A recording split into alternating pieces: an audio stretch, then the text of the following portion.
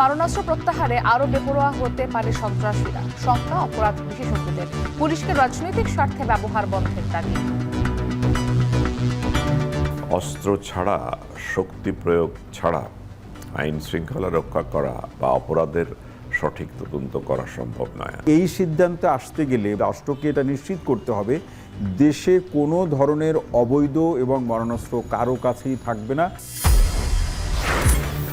Shooting ফেডারেশনের অস্ত্র জুলাই আন্দোলনের বিরুদ্ধে ব্যবহারের অভিযোগ, কমিটি দেওয়ার আগে আরও যাচাই বাছাই চায় জাতীয় ক্রীড়া পরিষদ।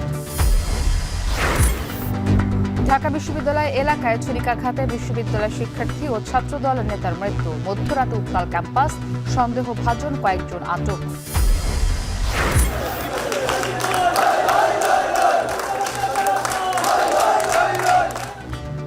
আন্দোলনের মুখে বরিশাল বিশ্ববিদ্যালয়ের ভিসি, প্রভিসি ও কোষাধ্যক্ষকে অব্যাহতি। নতুন ভিসি ডক্টর তৌফিক আলম আন্দোলনকারীদের উচ্ছ্বাস।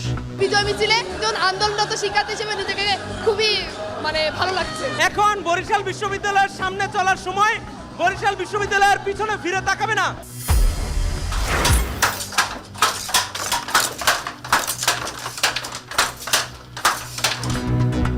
চাহিদা বাড়লেও বিলুপ্তির পথে কুমিল্লার ঐতিহ্যবাহী খাদি শিল্প। রাষ্ট্রীয় স্বীকৃতি পেলেও কাঁচামাল পুঁজি সংকটে পেশা ছাড়ছেন কারিগররা।